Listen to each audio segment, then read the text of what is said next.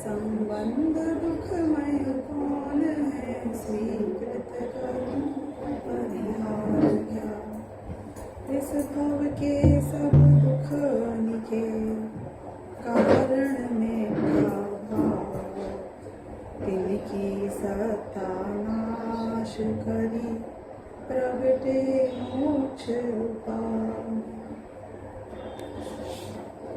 मोक्षण प्रकाशक अधिकार 4 पंडित टोडरमल जी ने 7 तत्व संबंधी अयथार्थ श्रद्धान की जो चर्चा करी है, इसमें आश्रव तत्व संबंधी अयथार्थ श्रद्धान, इसकी चर्चा हम करेंगे। ये बहुत ही गूढ़ और बहुत ही इम्पोर्टेंट विषय इसलिए भी है क्योंकि शरीर से भेद विज्ञान की बात हमने भले ही मानी ना हो, लेकिन सुनी तो अनेकों बार है। अब आश्रव तत्व संबंधी भूल में जिसकी चर्चा हो रही है, जिससे भेद विज्ञान की चर्चा हो रही है, वहां हम ज्ञान के लेवल पर भी उस बात को एक्सेप्ट नहीं कर पाते,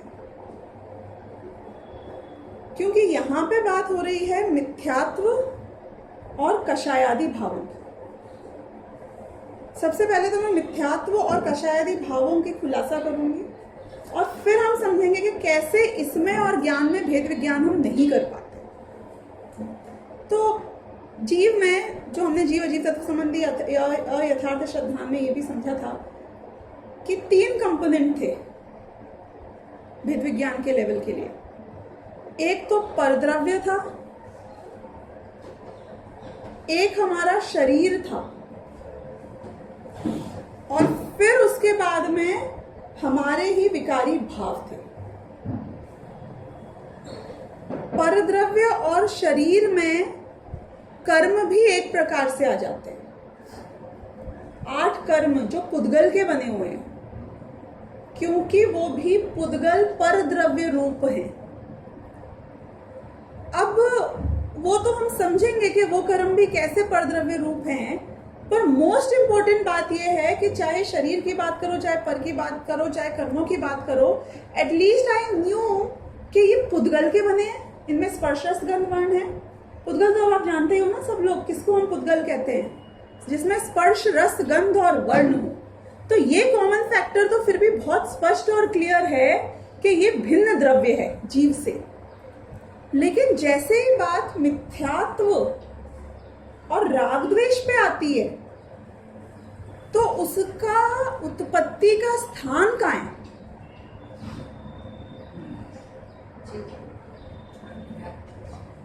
और कौन सा जीव द्रव्य?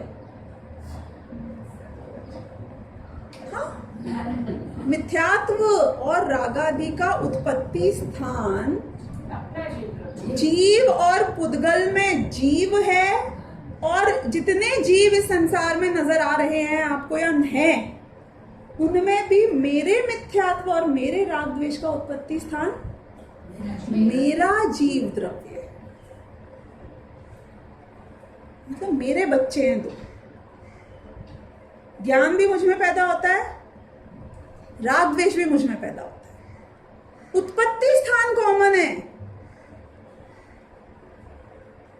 तो फिर राग द्वेष और मिथ्यात्व हुआ तो जीव का ही। शरीर में तो हमने जस्टिफाई किया ऊपर जीव अजीव के अयथार्थ श्रद्धान में क्या, कि भाई निमित्त नैमित्तिक संबंध बहुत ज्यादा है। जब से पैदा हुआ इंद्रियों को ही देखा, ज्ञान को इंद्रियों से जाते हुए देखा, तो बेचारा कंफ्यूज हो गया, भ्रम बुद्धि में आके सोचा कि यही मैं।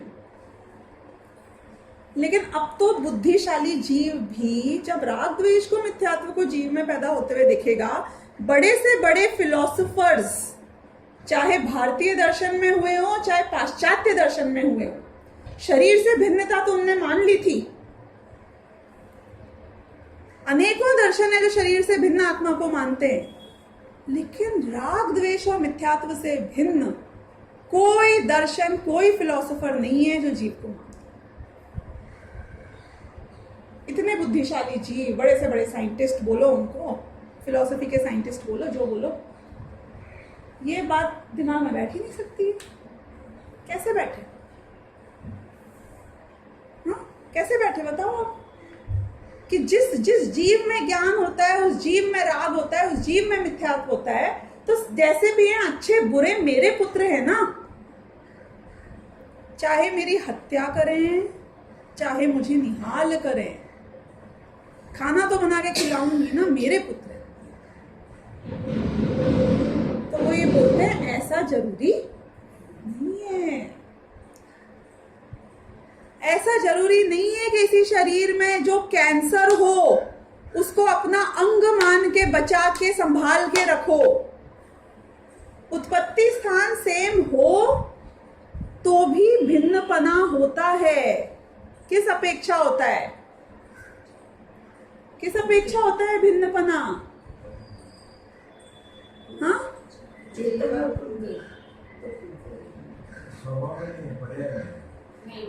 स्वभाव में नहीं है, पर्याय में है, और पर्याय में भी मेरे इष्ट कारक नहीं है, अनिष्ट कारक। दोनों पॉइंट्स आएंगे। क्यों दोनों पॉइंट्स आएंगे? कि पहली बात तो अगर मेरे स्वभाव में कोई चीज है तो आई कांट हेल्प इट, फिर तो मैं क्या करूंगी ना, उसके साथ मेरा अस्तित्व नाश हो जाएगा। तो स्वभाव में नहीं है, लेकिन केवल ज्ञान भी स्वभाव में नहीं है, सम्यक दर्शन भी स्वभाव में नहीं है, मुक्ति भी स्वभाव में नहीं है। मतलब स्वभाव मतलब ऐसा नहीं है कि प्रति समय वो मेरे प्रकट हो ही रही है, तो उसको तो मैं पर्याय होते हुए भी प्राप्त कर लेती हूँ, प्राप्त करना चाहता हूं, और इसको मैं पर्याय होते हुए भी छोड़ना चाहता हूं। क्यों? क्योंकि ये मेरा हित करने वाले नहीं, सुख नहीं मिलता इनसे, मुझे मजे नहीं आते, बेसिकली आकुलता रूप है ये। इनके कारण ही मेरा संसार दुख, और प्लस इनके कारण ही मेरे आत्मा के जितने फुल पावर मैनिफेस्टेशन हो सकते हैं उनको ये लिमिट करता है। Isn't it? राग द्वेष के कारण ही तो मेरा ज्ञान दर्शनहीन हो गया है, इसके कारण ही तो मेरे शरीर का संयोग है, इसके कारण ऊर्ध्वगमन स्वभाव नहीं होता है, इसके कारण यहाँ पे अनेक पर्यायों को धारण करना पड़ता है। तो मतलब ये मेरे घर में बैठे हुए मोल्स हैं, मोल्स, ये तो काट रहे हैं मेरे जड़ों को, नहीं बैठ। तो इसलिए उत्पत्ति स्थान सेम है, लेकिन स्वभाव इनका भिन्न है। तो आश्रव तत्व में इनने सबसे पहले बताया कि मिथ्यात्व और राग द्वेष से भेद विज्ञान करना। अब मिथ्यात्व क्या और राग द्वेष क्या? मिथ्यात्व को बोलते हैं मोह भी। मोह कहो, मिथ्यात्व कहो, एक ही बात है। उल्टी मान्यता कहो, भ्रम बुद्धि कहो, एक ही बात है। जो वस्तु जैसी है उसको वैसा नहीं मानना, ये ही मोह है। यानी कि कंफ्यूजन जो है ये मोह है, यानी कि नॉन क्लैरिटी जो है मेरे मान्यता में, जो मैं चीजों को स्पष्ट जैसी है वैसा नहीं देख पा रहा हूं, ये मोह है। अब आप मुझे बताओ कि मैंने जो भी डेफिनेशन अभी मोह की समझाने की सिंपल शब्दों में कोशिश करी है, उसका सॉल्यूशन क्या है?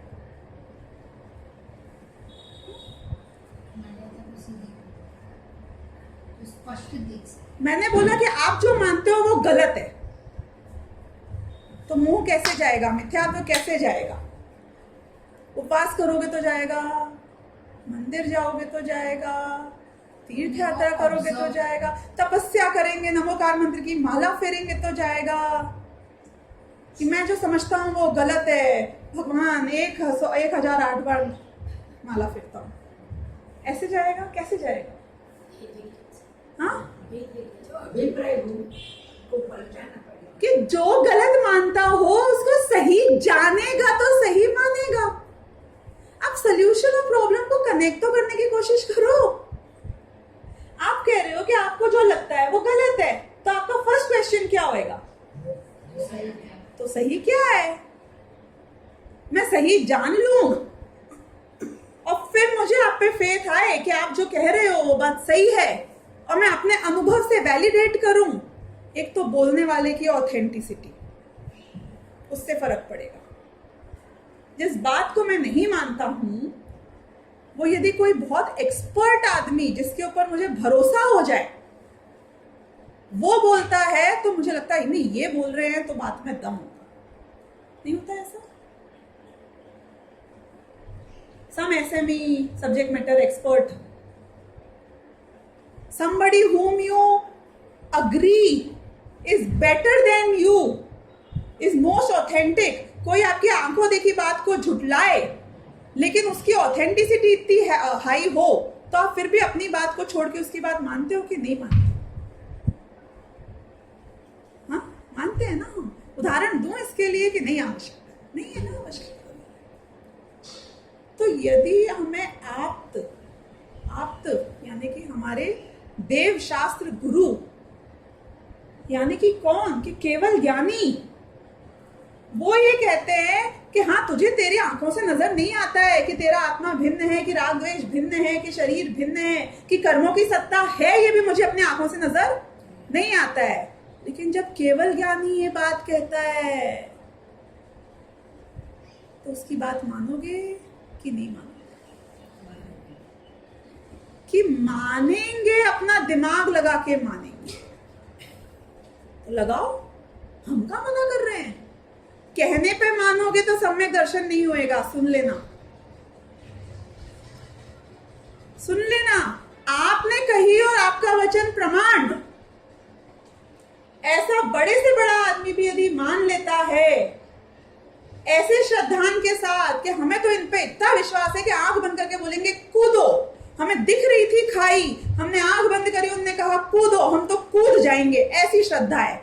ऐसी अंधश्रद्धा हमें नहीं चाहिए, उससे नहीं होएगा सम्यक दर्शन। तो किससे होएगा? कि पहले किसी आप्त ने कही है इसलिए वो बात सीरियस विचारने योग्य है। I must think about it. I must just not reject it at the face value. है, तुमने कह दी, I know better. मैं हूं सबसे ज्यादा होशियार, तो I follow my own instincts. बोली है, एक बार उसको सीरियसली कंसिडर तो करो।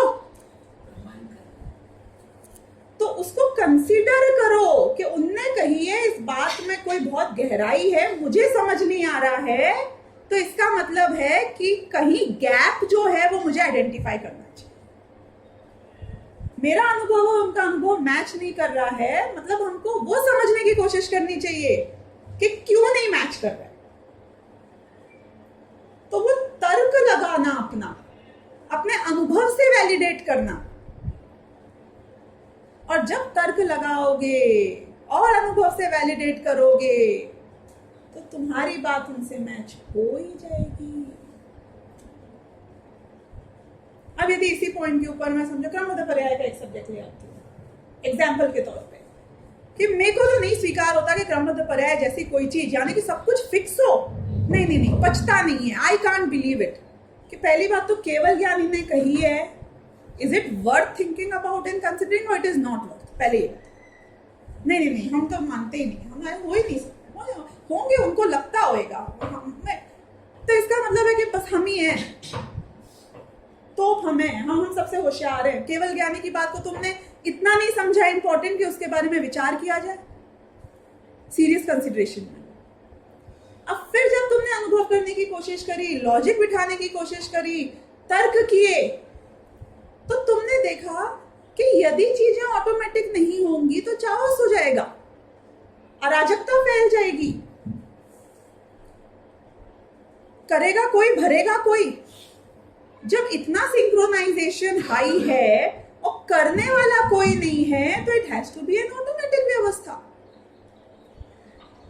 अगर आप कोई भी मैन्युफैक्चरिंग सेटअप में जाओ, बड़े बड़े प्लांट्स होते हैं ना, कौन सी गाड़ी है जिसको एक आदमी छूता नहीं है और पूरी बन जाती है? टोयोटा नहीं थी शायद, मर्सिडीज थी, कौन थी? रोल्स रॉयस थी, मर्सिडीज थी। एक आदमी छूता नहीं है, मतलब no manual processes, no human intervention, तो कैसे बन जाती है इतनी बढ़िया गाड़ी? इतनी नहीं, बताओ मुझे। How is the process run? पैदा तो नहीं होती है किसी के पेट में मर्सिडीज। मतलब समझ रहे हो ना, ऐसे बीच की तरह बो तो नहीं जाती है कि बीच बो दिया मर्सिडीज का गाड़ी निकल आएगी 4 साल में। कैसे आती है मर्सिडीज? मर्सिडीज की अगर आप मैन्युफैक्चरिंग की बात करो तो एक ऑटोमेटिक व्यवस्था है ना, वेल सिंक्रोनाइज्ड परफेक्शन से बनी हुई एक ऑटोमेटिक व्यवस्था। ऑटोमेशन है कि नहीं, आप मुझे बताओ। स्टैंडर्डाइजेशन ऑटोमेशन में ही हो सकता है ना, कि हर गाड़ी सेम टू सेम, कोई फर्क ही नहीं। एक क्लोजअप का टूथपेस्ट और दूसरे क्लोजअप के टूथपेस्ट में कोई फर्क ही नहीं होता।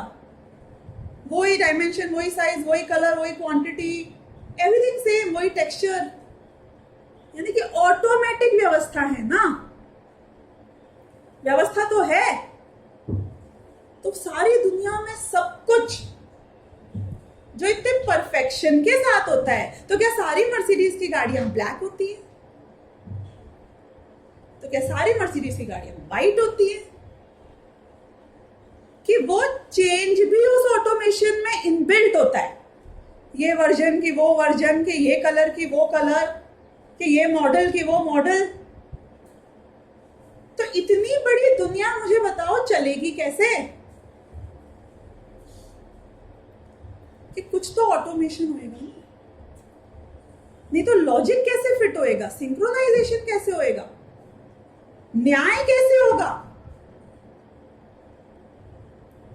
मतलब अपने अपने कॉमन सेंसिकल तर्क से भी यदि हम विचार करें तो तर्क तो लग जाएंगे, पर तब लगेंगे जब हम उसके फेवर में लगाने के लिए कोशिश करेंगे। तो पहला पॉइंट तो ये है कि आप्त को मानना, लेकिन मात्र आप्त ने कहा है इसलिए मत मानो। You getting the point? That is the starting point for us. और फिर अपने तर्क लगाकर और फिर अपने अनुभव से, अभी यहाँ आने वाला है बंध तत्व के, उसमें हमने तो रीड किया है तो आपको ख्याल भी होगा कि इसको जहां पे दिखता है ब्लेम करने के लिए कोई और आदमी, काम बिगड़ जाए समझो, ब्लेम करने के लिए कोई और आदमी दिखता है, फटाफट पहले तो उसको टोपी पहने। अगर दूसरे को नहीं हो पाता है तो खुद के ऊपर ब्लेम ले लेगा, नहीं मुझसे ये गड़बड़ हो गई थी। और ना खुद का दिखता है और ना सामने वाले का दिखता है, तो क्या करता है? भवितव्य, भाई ऐसे ही होना होगा, भगवान की मर्जी ऐसी होगी, मेरे भाग्य ही खोटा होगा, ये तो बिगड़ना ही था। मतलब ये कोई ना कोई तीनों में से एक ना चीज को ब्लेम करने की क्या आवश्यकता है? मुझे ये Why do you want somebody to blame? तो स्वीकार कर लिया तो फिर ब्लेम करने का क्वेश्चन ही नहीं है। जो होना है वो वही ओके रहता है, तो फिर स्वीकार कर लिया तो फिर ब्लेम करने का कुछ ब्लेम करने का कुछ ही नहीं जाएगा कि ऐसा ही होना था भाई, ये सहज स्वरूप है वस्तु का। तो हमारे पास जो तर्क बुद्धि है, उस तर्क बुद्धि को हम इसके ऊपर लगाएं और समझने की कोशिश करें कि मेरे अनुभव से भी हमें ऐसा लगता है कि नहीं लगता है। तो मिथ्यात्व की बात जो हमने शुरू करी, मिथ्यात्व यानी कि मेरी मान्यता गलत थी। उसमें मैंने बोला कि भगवान ने आपने कही है वो बात सही होनी चाहिए। तो फिर हमने कहा कि उनने कही है और मुझे तर्क से ऐसा लगता है, तो इसका मतलब है कि ये शरीर भिन्न है। ये राग द्वेष, उनने दूसरा तर्क लगाया कि ये तुझे यू एंजॉय देम, या इसमें आकुलता होती है। अभी एक बार वापस पूरी बाल की खाल निकालनी पड़ेगी यहाँ पे, वरना उसके बिना काम नहीं होगा। राग द्वेष जब भी उत्पन्न होते हैं, मिथ्यात्व मोह मैंने आपको समझा दिया, ये भ्रम बुद्धि। क्या भ्रम बुद्धि है कि राग द्वेष अच्छे, शरीर मैं हूं, मैं पर का करता हूं, ये सब जो मान्यताएं हैं ये सब मोह में आ गई। अब हम आते हैं राग द्वेष पर। तो राग द्वेष का स्वरूप कैसा है? लेकिन मेरे को तो मजे आते हैं, बहुत मजे आते हैं राग। सोचो सबको राग अच्छा ही लगता है। मतलब वीतरागता इज सो बोरिंग, नहीं? कोई एक्साइटमेंट नहीं, कुछ करना नहीं, कोई मोटिवेशन नहीं। सोचो, विचार करना पड़ेगा। मतलब बोलने और सुनने की बात नहीं है, ये विचार करने की बात है, ये अनुभव करने की बात है कि जब जब मुझे राग द्वेष हुआ, कम हुआ, ज्यादा हुआ, तब तब मुझे आकुलता कम और ज्यादा लगी कि नहीं लगी? क्योंकि बिना राग का जो रियल अनुभव है वो तो मैंने आज तक किया ही। वीतराग का तो आंशिक भी प्रकट हो जाए तो सम्यक दर्शन के बाद ही होती है ना।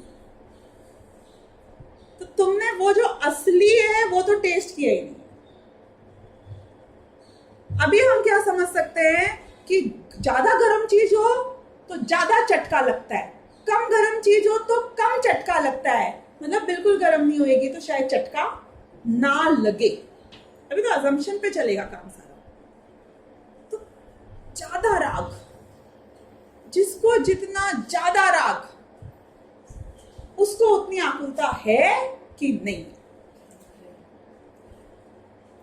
100%। बोलो मत खाली जो फील करो वो बोलो। तभी पता नहीं चलता है जब इसमें राग में होते हैं, तभी आपको लगता है। लेकिन वो जब चीज जैसे आपके पास से जाती है, वस्तु होगी, व्यक्ति होगी, तभी वो आकुलता का पता चलता है।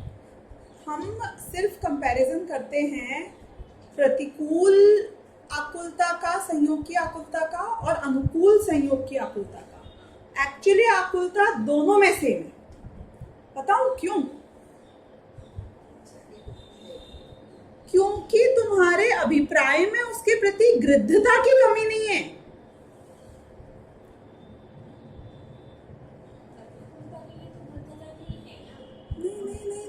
नहीं। कोई चीज के छूटने का गम तभी उतना बड़ा हो सकता है जितना उसको पास रखने का राग। हाँ, वही मैं बोल रही हूँ। जितनी तो हमें लगता है कि जब वो छूट गया तो मुझे बहुत आकुलता हुई। मैं कह रही हूं जब वो तुम्हारे पास है तो भी तुम उतनी आकुलता में जी रहे हो।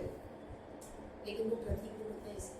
क्योंकि मेरा जो अपने आकुलता का कंपैरिजन चलता है वो सिर्फ प्रतिकूल वर्सेस अनुकूल के बीच चल रहा है अभी कंपैरेटिव। पर तभी तो वो अच्छा लगता है ना। लेकिन जो अच्छा लग रहा है वो अच्छापना भी आकुलता रूप है। वो पता नहीं चलता है ना, आपको तो मैं वही बोल रही हूँ। वो पता चलता तो है, पता तो चलता है, उसको पर मानते हैं। बुद्धि पूर्वक इसलिए पता नहीं चलता है क्योंकि मैं सिर्फ कंपैरेटिव देख रही हूँ। अभी फॉर एग्जांपल अभी फैन है, अभी तो इतना गर्मी का मौसम नहीं है, लेकिन यही अभी एग्रीमेंट में बैठे बराबर है। और जब भी फैन नहीं चलता गर्मी का तो प्रतिकूल संयोग में तो आकुलता होती ही है, लेकिन उसके पूरे राग नहीं है, अच्छा नहीं, ऐसा नहीं है। अब मैं आपको बताऊं कि ये मैंने उदाहरण शायद यहाँ पहले भी दिया है कि यदि कोई एक बेगर हो रोड के ऊपर, वो फैन में तो बहुत दूर की बात है, उसके बाद छत भी नहीं है। हाँ, वो आपने दिया था मैंने कि वो खाली धूप की जगह छाया में बैठा है, तो उसको वो छाया में बहुत खुश है। प्रॉब्लम किसको नजर आएगी कि जिसको पंखा मिल गया और पंखा बंद हो गया, जिसके पास ऑप्शन ही नहीं है उसको प्रॉब्लम ही नहीं है। अभी तो ये बात चल रही है कि राग में क्या बोले, जब राग जो अच्छा है वो जब भी अच्छा, जब भी पंखा चल रहा है तभी आकुलता हमको पता नहीं चलती है ऐसा।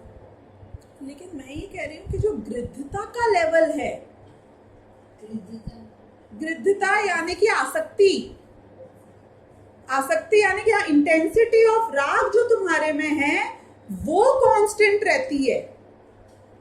वो प्रकट तब ज्यादा होती है जब वो चीज तुमसे बिछुड़ जाती है, तुमको तब पता रियलाइज होता है। पर तुम्हारा वो इंटेंसिटी आसक्ति लगातार चल रही थी।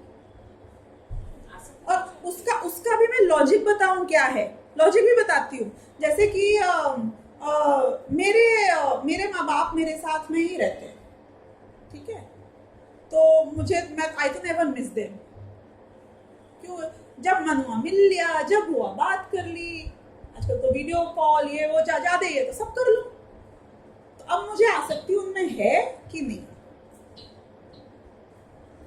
क्या होता है कि at the back of the mind जब आपने अज्यूम कर रखा है कि they are available to me all the time, तो you start taking them for granted.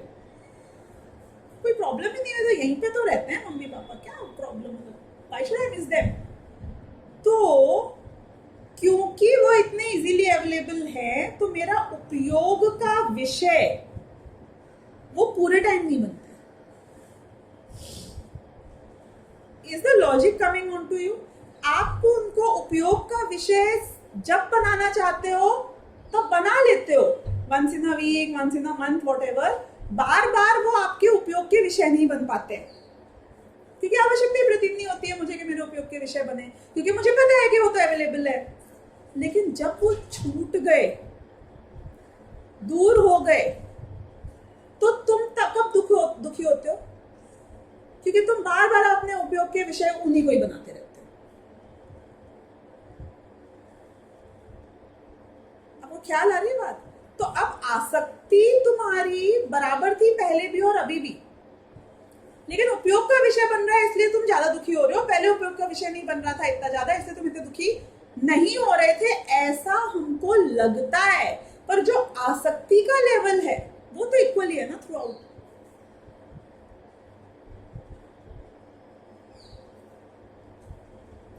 तो जो मेरी आकुलता है वो आसक्ति के कारण, वो मेरे अंतर में निहित है। I don't know how much you are gathering the difference between the 2-3 things that I am talking about. जितनी आसक्ति ज्यादा, इतनी आकुलता ज्यादा, जितनी आसक्ति कम। बिल्कुल। और वहीं पे ये बात आती है कि जब हम अनंतानुबंधी और प्रत्याख्यानावरण वगैरह की बात करते हैं, कि आप बात कर रहे हो लेशिया की और हम बात करते हैं कि अंतरंग में इसके पड़ा हुआ कितना है उसके प्रति राग। तो राग तो आकुलता स्वरूपी है, तीव्र है तो तीव्र और मंद है तो मंद। तो आप बोलो कि चलो उस पॉइंट ऑफ व्यू पे तो इनकी मंद हो गई ना, मम्मी पापा के बारे में इसने ज्यादा सोचा ही नहीं, दिन भर विचार ही नहीं किया, तो अभी तो शांति थी ना, कोई प्रॉब्लम नहीं था। कि नहीं, तेरी तासीर में क्योंकि तीव्रता है तो तू उनको विषय नहीं बनाएगा तो किसी और को विषय बनाएगा, तो किसी और को विषय बनाएगा। तू अपने राग के लेवल को मेंटेन रखेगा कहीं ना कहीं। You are with me or you are not with me? जो आदमी को झगड़ा करना है, समझो, ठीक है, उसकी फितरत में है लड़ाई करना। वो आदमी अब वाइफ से लड़ लेगा, या तो वाइफ पे नहीं चली तो बच्चों से डांट देगा, उन पे नहीं चली नौकरों से लड़ लेगा, और कहीं नहीं चली ऑफिस में लड़ लेगा, और कहीं नहीं चली तो रोड के ऊपर उसकी गाड़ी के सामने जो रिक्शा वाला आ जाएगा ना, उसको वहीं पे खड़े खड़े 6 गालियां बक दे। अब आप बोलो कि नहीं, वाइफ ने कुछ गलत किया ही नहीं था, डांटा कैसे? कि बात अभी ये नहीं है कि वाइफ को उसने डांटा कि नहीं, कि बच्चे को डांटा कि नहीं, कि एम्प्लॉय को डांटा कि नहीं। निमित्त तो ढूंढ लेगा वो गुस्सा होने के लिए, रिक्शे वाले पे बरस पड़ेगा। उसकी जो आकुलता का लेवल है वो उसकी आसक्ति के लेवल के साथ में विषय बदलते रहेंगे, लेकिन उसकी आकुलता नहीं बदलेगी। आप ये कनेक्ट कर पा रहे हो इस पूरी कहानी को? क्योंकि यही जो आश्रम बंध में आगे आया है कि जो तुम दुखी हो वो इसने तुम्हारा बुरा किया इसलिए दुखी नहीं हो। तुम्हारे अंतरंग में जो क्रोध होने की ताकत है, सामर्थ्य है, क्रोध की उत्पत्ति है, वो तुम्हारे दुख का कारण। ये बहुत मैजिक वर्ड है जो मैं आपको बता रही हूँ। आप अपनी कोई भी प्रॉब्लम के बारे में सोचना, कोई भी प्रॉब्लम के बारे में, जहां आपको गुस्सा आता हो, जहां आपके मान के पोषण की आवश्यकता लगती हो, कि वहां पे दुखी क्यों? शेयर प्राइस नहीं बढ़ रही है इसलिए दुखी हो? शेयर प्राइस नहीं बढ़ रही है इसलिए दुखी हो? कि नहीं, मेरे अंतरंग में जो लोभ है कि मैं पैसा कमाऊं, मैं उस लोभ के कारण दुखी। अब लोभी कहां चला जाएगा तो उसको शांति मिल जाएगी कि शेयर प्राइस तो बढ़ गई, तो अब तो उसको उसका मोक्ष हो जाना चाहिए, अब तो मोक्ष हो जाना चाहिए। क्यों नहीं होता है? कि लोभी है वो। Subject will keep changing because the subject is not the cause. The cause है उसके अंतरंग में जो राग द्वेष का लेवल है, आसक्ति का लेवल है, वो लेवल। आज माँ बाप के प्रति किया, कल पति पत्नी के प्रति करेगा, परसों बच्चे के प्रति करेगा। आसक्ति का लेवल उसको कर रहा है मॉनिटर, आकुलता को। वो व्यक्ति, वो लोग, वो संयोग नहीं मॉनिटर कर रहे हैं तुम्हारे आकुलता के लेवल।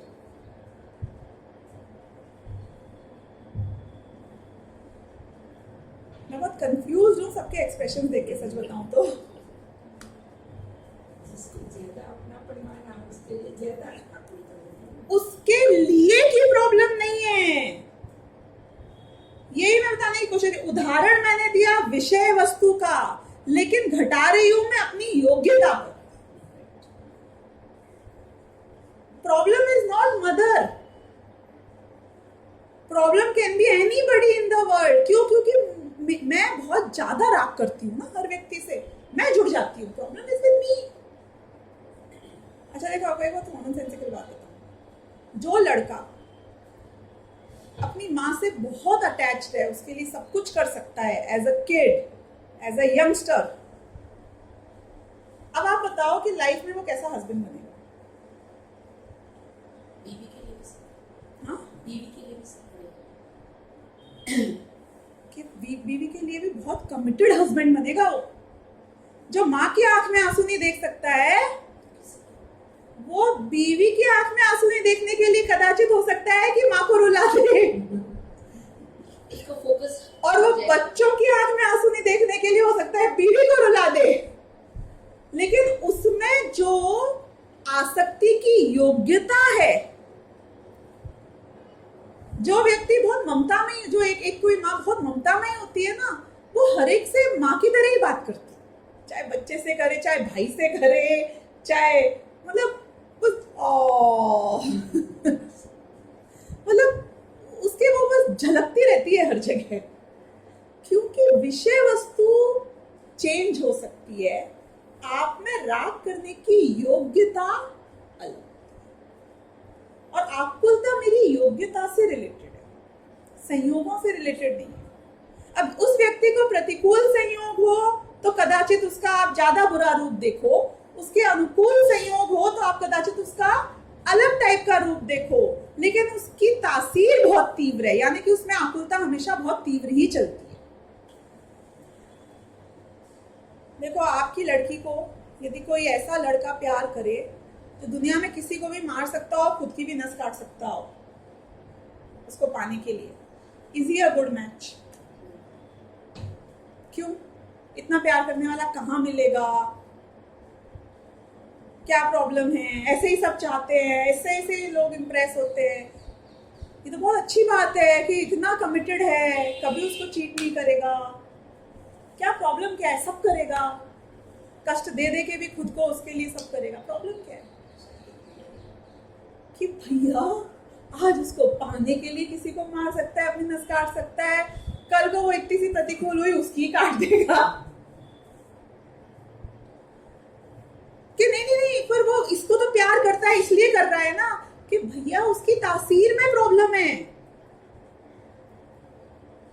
यदि कोई बता दे कि खानदान में इसके पिताजी ने अपने दुश्मन के ऊपर गोली चला दी थी और अपने बच्चे को बचाया था, तो भी हमें तो खतरा है कि जो दुश्मन पे गोली चला सकता है वो घर पे भी चला देगा कल को, क्योंकि गोली चलाने में तो उसकी खुल गई है ना कशाय। तो मैं ये बताने की कोशिश कर रही हूँ कि आकुलता का जो लेवल है वो मेरी कशाई की तीव्रता से मुझे दिखता है ज्यादा होता है, और कशाई की ममता से दिखता है कि कम होता है। तो इसका मतलब है कि जितनी कषाय कम होती जाएगी और कषाय खत्म हो जाएगी, तो आकुलता खत्म हो जाएगी। तो राग और द्वेष, ये भले ही मुझे अभी लगता है कि मजा आता है, लेकिन सच्ची में ये राग द्वेष आकुलता से होता है। ये तर्क बुद्धि से राग द्वेष को हे बताने की कोशिश की जाती है। भगवान अगर दया के सागर है, महाकृपालु है, तो बहुत दुखी हो गए ना। क्यों दुखी हो गए? सबके उनको करना पड़ेगा, सबसे राग हो जाएगा। क्योंकि दुनिया में तो सब दुखी रहने हैं और सबके दुख में उनको दुखी रहना है। आप सोचो, चक्रवर्ती की व्यथा अपने को उसका भोग नजर आता है, जिसकी 96,000 रानियां, और मैं मल्टीप्लाई बाय 1 भी करूं तो 96,000 बच्चे कर लेना। उसको शांति कैसे मिल सकती है? मुझे आपके 4 बच्चे हों और उसमें से एक बीमार पड़ा और एक के प्रतिकूलता और एक का एक्सीडेंट हो रहा और एक के समझो फेल हो रहा हो स्कूल में, 3 सही हो और एक में गड़बड़ हो तो भी तुम रहते हो ना इश्यू में। शांति तो नहीं मिलती अपने को। चक्रवर्ती को शांति कैसे मिल सकती है दुनिया में? आसक्ति नहीं है ना उनको, 6 खंड का राजा, इसलिए 7वें नरक जाता है यदि मोक्ष नहीं गया तो। अगर दीक्षा धारण नहीं करी तो नियम से 7वें नरक इसलिए जाते हैं कि उसकी आकुलता का लिमिट तो देखो आप। 6 खंड में ऐसा कैसे हो सकता है कि कहीं पे सूखा नहीं हो, कहीं पे बाढ़ नहीं हो, कहीं पे तूफान नहीं हो? दुनिया में कहीं ना कहीं कुछ ना कुछ तो प्रॉब्लम होगी ना। किसकी ग्रुप ऑफ कंपनीज है यहाँ पे? ग्रुप ऑफ कंपनीज है। इसमें 1 आर्यखंड और 5 म्लेच्छ खंड। तो जो आर्यखंड है उसका एक पार्ट तो हम हैं, जो हमें नजर आती है दुनिया, और म्लेच्छ खंड में खाली चक्रवर्ती या अर्धचक्री ही जा सकता है।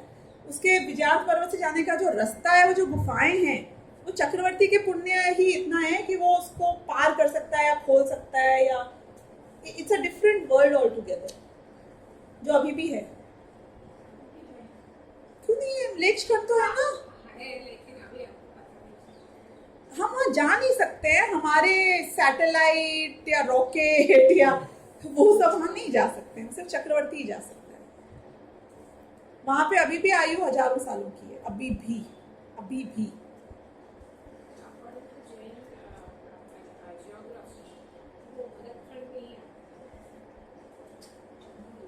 हाँ, ऑफ कोर्स। भरत क्षेत्र में 5 म्लेच्छ खंड हैं, 1 आर्यखंड है। एरावत क्षेत्र में 5 म्लेच्छ खंड है, 1 आर्यखंड है। विधेय क्षेत्र में भी जितने भी 8 4 are 32, जो एक वो है, एक ईस्ट वाला, पूर्व विधेय, पश्चिम विधेय एंड ऑल, उसमें भी एक जो लाइन है उसमें भी 5 म्लेच्छ खंड और 1 आर्यखंड। हर एक में, मतलब विधेय क्षेत्र में गए और म्लेच्छ खंड में जाके पैदा हो जाओगे तो आपको मुक्ति नहीं मिलनी है, ना अरिहंत मिलने हैं, ना दिव्य ध्वनि मिलनी है, कुछ नहीं मिलना है।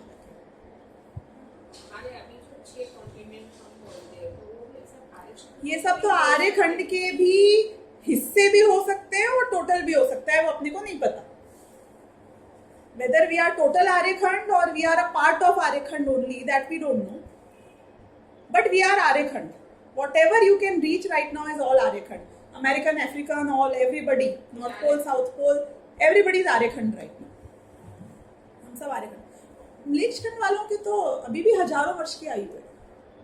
उनका सहनन हमसे बेटर है। मतलब आपको पता है, चक्रवर्ती की 96,000 रानियों में जो म्लेच्छ की कन्याएं होती हैं, उनसे बच्चा नहीं होता। म्लेच्छ खंड की कन्याओं से बच्चा नहीं होता। क्योंकि मेरे को एक क्वेश्चन आया था जब मैंने बहुत पहली बार ये बात पढ़ी थी तब, तो मैंने कहा कि वो मिक्स ब्रीड होनी चाहिए ना, क्योंकि चक्रवर्ती आर्यखंड का और म्लेच्छ खंड की कन्याएं लेके आया, तो उनका बच्चा क्या होगा, कौन होएगा? वो म्लेच्छ होएगा कि आर्य होएगा? तो बोले कि जो वहां की कन्याएं आती हैं उनसे तो ये बच्चा होता ही नहीं है चक्रवर्ती। ये म्लेच्छ जो खंड छे, सॉरी जो अभी हमको जो दिख रहा है, अमेरिका, एंटार्क्टिका, जो भी है, सब कुछ सब आर्यखंड है। बिल्कुल। ये जो मलेच्छ खंड में जाने का जो रास्ता बीच में वो तो नहीं आएगा, मीन्स वो पृथ्वी ही आएगी, राइट, जमीन ही आएगी। नहीं, पर्वत आता है। हाँ, पर्वत पर्वत और नदी आते हैं ना, वो दिखाते हैं बीच में विजयार्थ पर्वत है और उसके वो गंगा और सिंधु निकल रही है, तो बीच वाला हिस्सा हमारा है। बाकी के ये जो से 1 2 3 4 5 ये मलेच्छ खंड है, तो 2 के बीच में पानी आता है और ऊपर वालों के बीच में वो विजयार्थ पर्वत आता है, 3 के बीच में। अभी हमारे जो हम बोलते हैं और उसके बाहर yes yes of course, yes definitely, क्योंकि ये तो आर्यखंड की पृथ्वी है। जो प्रलय आएगा ना वो सिर्फ आर्यखंड में आएगा, मलेच्छ खंडों में प्रलय नहीं आता। मलेच्छ खंडों में पहले काल से छठे काल की व्यवस्था ही नहीं है। मलेच्छ खंड में काल परिवर्तन हमारे जैसा नहीं होता है, वहां भूमि नहीं होती, वहां पे छठा काल नहीं आएगा, वहां प्रलय नहीं होएगा, वो एकदम स्टैटिक चलता है। चौथे काल के शुरू से लेके चौथे काल के अंत तक जैसा शरीर और हाइट और वो सब बढ़ता घटता है, quality of body and all, बस उसके हिसाब से बढ़ता है, उसके हिसाब से घटता है, उतना ही होता है, फिर स्टैटिक हो जाता है। क्यों? उसके पीछे भी लॉजिक है।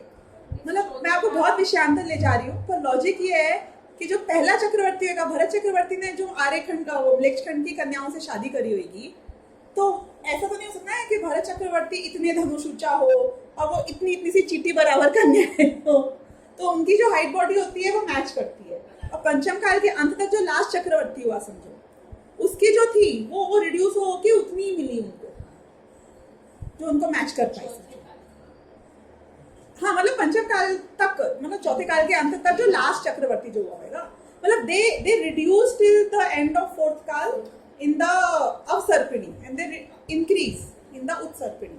बाकी उनके चक्रवर्ती भी पंचम काल तक ही हुए थे, मैच द मलेच्छ खंड का और मतलब आप इधर का उधर, उधर का इधर, जो भी किसके कारण जो बोल दो, लेकिन वस्तु व्यवस्था ऐसी है, उनके मुक्ति नहीं होती, मलेच्छों के मुक्ति नहीं होती, कर्मभूमि नहीं है, कर्म भूमि नहीं है।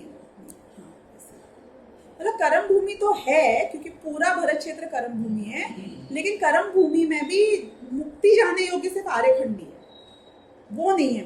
बाकी व्यवस्था कर्म भूमि टाइप ही है, भोग भूमि टाइप भी नहीं है, कुभोग भूमि टाइप भी नहीं है, दे आर डिफरेंट भूमि। अभी दिमाग में नहीं बैठा तो किधर आए होंगे अभी मलेच्छ। अब उनको तो अपन नहीं जानते, they are aliens for us, उनको छोड़ दो अभी, they are not our concern. Our concern is, मैं आपको क्या पॉइंट बताने की कोशिश कर रही थी कि जिसका कंसर्न इतना ज्यादा हो, ग्रुप ऑफ कंपनीज में एक कंपनी प्रॉफिट में चल रही है, एक कंपनी लॉस में चल रही है, तो तुम में तो शांति नहीं मिलेगी ना, क्योंकि तुम्हारा तो वो बच्चा तुम्हें एंगेज करके रखेगा जो कि बिगड़ा हुआ है, जिसके प्रॉब्लम चल रही है। ये एग्जाम्पल मैंने किस चीज के लिए दिया था? राग द्वेष का बताने के लिए, जो कि मल्टीपल फैक्टर्स में तुम्हें रीजंस की कमी नहीं मिलेगी टू कीप योर कषाय गोइंग, लेकिन स्वयं में योग्यता होगी यदि दुखी होने की, तो कारण तो कोई 50 है, किसी को ही उठा लो इनमें से। तो प्रॉब्लम इज नॉट बच्चा, problem is not wife, problem is not mother, problem is कि तुझमें आसक्ति का लेवल बहुत है, तो तू तो बस हर एक से दुखी है। तुझे बहुत गुस्सा आता है तो तू बहाने ढूंढ लेगा गुस्सा करने के। यू आर नॉट दुखी because people are doing the wrong things, you are दुखी बिकॉज तुमने क्रोध की उत्पत्ति स्वयं तुमको दुख देगी। ये मेन बात, the cause of all the issues is my own कषाय, राग द्वेष। तो अब मुझे अगर रिलेटिवली शांति चाहिए, रिलेटिवली, क्योंकि वीतरागता के बिना तो शांति की शुरुआत होगी नहीं, लेकिन रिलेटिवली बात कर रही हूं, तो मैं जितने अपने कषाय मंद रहेगी, चाहे वो संयोग के रूप में हो, चाहे वो आपके शरीर के रूप में हो, दोनों ही केस में बोल रही हूं मैं, दोनों ही केस में बीमारियां भी हो जाएंगी और मंद कषाय जीव हो तो उसमें भी शांति से निकाल लेगा समय कि ठीक है भाई, वस्तु का स्वरूप है, अब जो हो रहा है सो हो रहा है, हो गया कैंसर, टूट गई टांग, फट गया सर, क्या करें उसमें भी शांति बनाए रखेगा।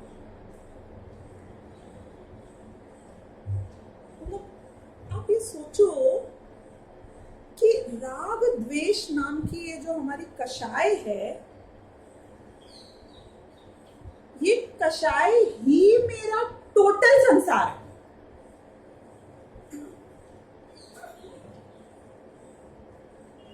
मैं पता है क्या बोल रही हूँ? मैं आपसे पूछूं संसार का है, वेर इज संसार? आप संसार किसे कहोगे?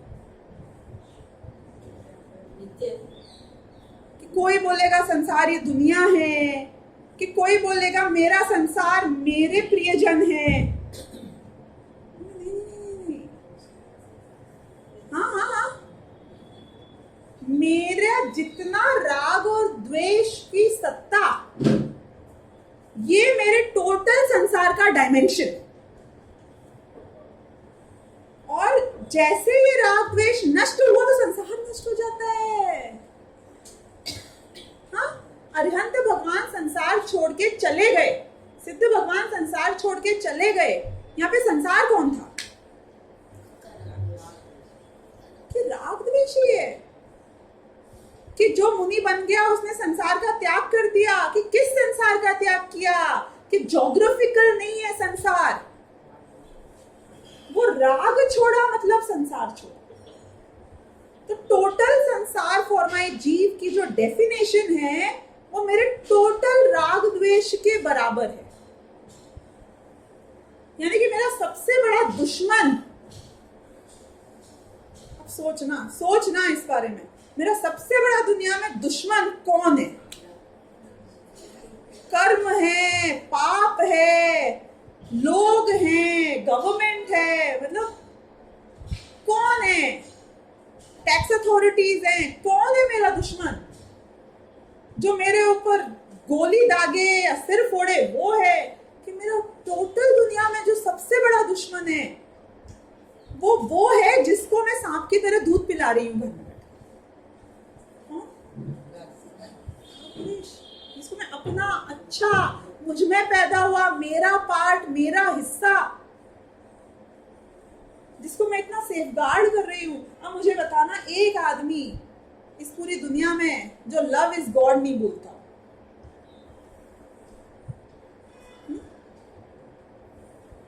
सारे जो तुम भगवान को और सारे धर्म को अगर राग से हटाकर देखो तो कुछ बचेगा ही नहीं। सब जिसको आइडलाइज कर रहे हैं, हम कह रहे हैं कि वो ही तुम्हारा सबसे बड़ी प्रॉब्लम है। जूते पड़ेंगे कि नहीं पड़ेंगे अपने ये बोलने पर? हिम्मत है तो जाके बोल के दिखाओ, किसी को भी बोल के दिखाओ कि माँ दुखी है। क्यों दुखी है? कि अपने बच्चे के प्रति प्रेम के द्वारा दुखी है। सबसे बड़ा मेरा जो बिगेस्ट एनिमी है।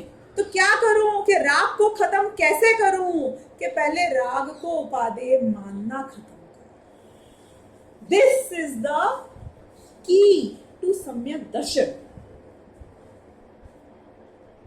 कि राग नहीं छूटेगा इतने आसानी से, ये हम भी मानते हैं। जब तक अरिहंत नहीं बनेगा पूर्ण राग नहीं छूटेगा। लेकिन तेरी फर्स्ट लेवल ऑफ काम क्या करना है? कि मिथ्यात्व छोड़ना है। कि मिथ्यात्व कैसे छूटेगा? कि जब तुम राग को उपादेय मानना छोड़ोगे तो मिथ्यात्व छूटेगा।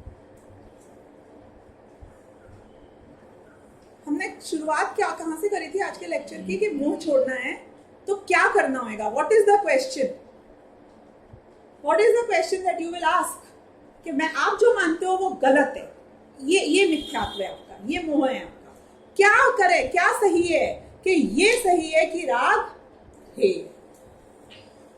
ये मान लिया तो मिथ्यात्व छूट जाएगा। राग तो नहीं छूटेगा ना, कोई बात नहीं, तू मिथ्यात्व छोड़ने पे फोकस कर, राग छूट जाएगा। We are concluding this entire story of मोह राग द्वेष with the sentence कि राग और द्वेष को बुरा मानो। द्वेष को तो फिर भी बहुत लोग बुरा मानते हैं, पर राग को कोई बुरा नहीं मानता। और फिर राग के हर रूप को बुरा मानो। राग के हर रूप को मतलब, ये प्रश्न का आंसर तो आप दो। ये वो सबको भी बुरा मानना है। किसको? हाँ, पर राग के हर रूप का मतलब क्या? वस्तु से किसी भी चीज से। जिसमें क्या क्या आ जाएगा? हाँ, और उसमें शरीर भी आ जाएगा। किस किस प्रकार के राग आ जाएंगे जिसको कि मैंने महान मान रखा है? शरीर, अपना शरीर। और क्या आ जाएगा? आपको तो पता है, आप मत बोलना। मेरा मेरा मेरा जो करेंगे तो वो राग ही है। पर कौन कौन सा राग की परिभाषा भी, जिसको बुरा मानना है उसका हर रूप तो समझना पड़ेगा ना। हाँ हाँ हाँ, और दया, और ऊपर जाओ। करुणा, दया। कोई ऐसे एग्जाम्पल्स दो जिसको कोई बुरा मानने तैयार ही नहीं है और राग के रूप में। हाँ? धर्म का प्रशस्त राग में कौन? शुभ भाव में भी कैसे कैसे शुभ भाव? तीर्थंकर का प्रति जो प्रशस्त राग है वो भी राग ही है। कुंद कुंदाचार्य को समयसार लिखने का विकल्प ये राग है। वो भी राग है उसको भी कि नहीं करे वो ये राग, कि वो तो जो राग होगा जब होगा वो होगा, लेकिन वो उसे उपादेय माने तो मिथ्या दृष्टि। मतलब राग की परिभाषा में इतना विस्तृत पना है, ये भी तो जानो। ऑल राग आर योर बिगेस्ट एनिमी, ये तो मानो। Why enemy? क्योंकि इन्हीं के कारण मैं दुखी हूं भाई, यही मेरी आकुलता का कारण है भाई। कुंद कुंदाचार्य को आकुलता थी कि नहीं थी वो लिखने की समय साल? बताओ मुझे। समय साल लिखते वक्त वो आकुलता में रहते थे कि निराकुलता में रहते थे? हो गई बात कि राग का तो लेश भी बुरा है, जितना आएगा उतनी आकुलता देके जाएगा। और फिर भी मैं उसे कितना सेफ गार्ड करता हूँ। कैसा बेवकूफ हूँ, ऐसा मिथ्या दृष्टि। और ये विचार मुझे क्यों नहीं आ पाता है कि मोह का उदय, कर्म का उदय, मुनीय कर्म का उदय ऐसा तीव्र है कि मैं शरीर से भेद विज्ञान कर लूं तो भी राग में हे बुद्धि अपने को स्वीकार नहीं। अशुभ राग में हो जाती है लेकिन शुभ राग में तो बिल्कुल नहीं। तो प्रति समय हमारे ये विचार होना कि राग द्वेष मात्र, लेश मात्र भी ये मेरे विकारी परिणाम हैं, यही मेरा संसार है, यही मेरा बंध के कारण है और ये हे हैं, इसलिए इनको त्यागने का ही विचार होना चाहिए। ये आश्रव तत्व संबंधी अयथार्थ। तो अपन उसके लिए मोटिवेट नहीं होंगे। शुभ काम में राग रहेगा तो ही अपन उसके लिए अपनी इच्छा करेगी। एक द्रव्य वैसे भी दूसरे द्रव्य में क्या करता है, ये भी तो भ्रम है, पहले भ्रम है। आप किस चीज के लिए मोटिवेट होना चाहते हो? शुभ काम, क्या काम करोगे? चलो बताओ। हाँ बोलो। जैसे भी यहाँ आना था, आज मैं यहाँ नहीं हो रही थी, मतलब आज लकीली वापस राजस्थान से आ गई तो खुश हो रही थी कि आपका लेक्चर अटेंड करूँगी थोड़ा सा, तो ये राग हुआ। तो आप आकुलता में आए कि निराकुलता में आए?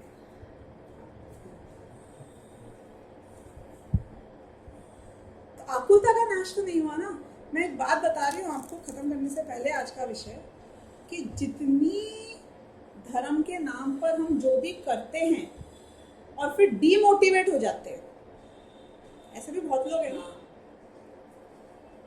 एक लेवल के बाद के धर्म में भी कुछ नहीं रखा है, कुछ नहीं मिलता है, बोर होता है, थक गए, हम तो कर रहे हैं पुण्य के लिए, अच्छे भक्त के लिए, उम्र ऐसी है, ऐसा ही एक्सपेक्टेशन है। You are actually enjoying the entire thing. आप रिलेटिवली एंजॉय एक पीरियड तक, एक फेज तक कर सकते हो। एक आदमी को पूरे टाइम वही कार्य दे दिया जाए, आप 24 घंटे सुनो मुझे, चलो। जो चीज आपको निराकुलता और सुख दे सकती है वो 24 घंटे बुरी नहीं लग सकती है। और जो चीज बुरी लगने लग रही है और फिर लगता है कि इसमें भी कोई सार नहीं है, क्योंकि तुमने उसी को अपना एंड मान रखा है। इससे ये बात स्पष्ट होती है। Sea change is a different thing, please try and understand. तीखा भी अच्छा लगता है, मीठा भी अच्छा लगता है, नमकीन भी अच्छा लगता है, लेकिन कब अच्छा लगता है कि जब तीनों का कॉम्बिनेशन मिलता है तो अच्छा लगता है। थोड़ा ये, थोड़ा वो, थोड़ा ये, तो हर चीज अच्छी लगेगी कि पूरे टाइम में कहाँ भोग भोग रहा हूँ, थोड़ा मंदिर भी जाता हूँ, थोड़ा स्वाध्याय भी करता हूँ। पूरे टाइम तुम नहीं कर सकते हो स्वाध्याय, मंदिर नहीं जा सकते हो पूरे टाइम, कुछ भी पूरे टाइम नहीं कर सकते हो दुनिया में। एक आइटम भी बता देना, एक आइटम, एक क्रिया ऐसी बता दो संसार की जिसको आप पूरे टाइम करो और आप खुश रहो। कोई भी नहीं। एक ही चीज नहीं मिलेगी कि सोना अच्छा, कि आराम करना अच्छा, कि भागना अच्छा, कि खाना अच्छा, कि क्या, मुझे बताओ तो, एक तो चीज बताओ।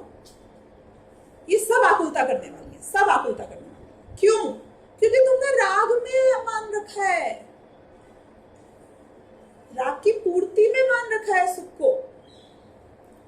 तो ये लिखना भी, ये पढ़ना भी, ये निराकुलता नहीं दे रहा है कि ठीक है फिर मैं क्यों पढ़ूं, कि रिलेटिवली कैसे रिलेटिवली, कि तीव्र कषाय से तो मंद कषाय अच्छी है।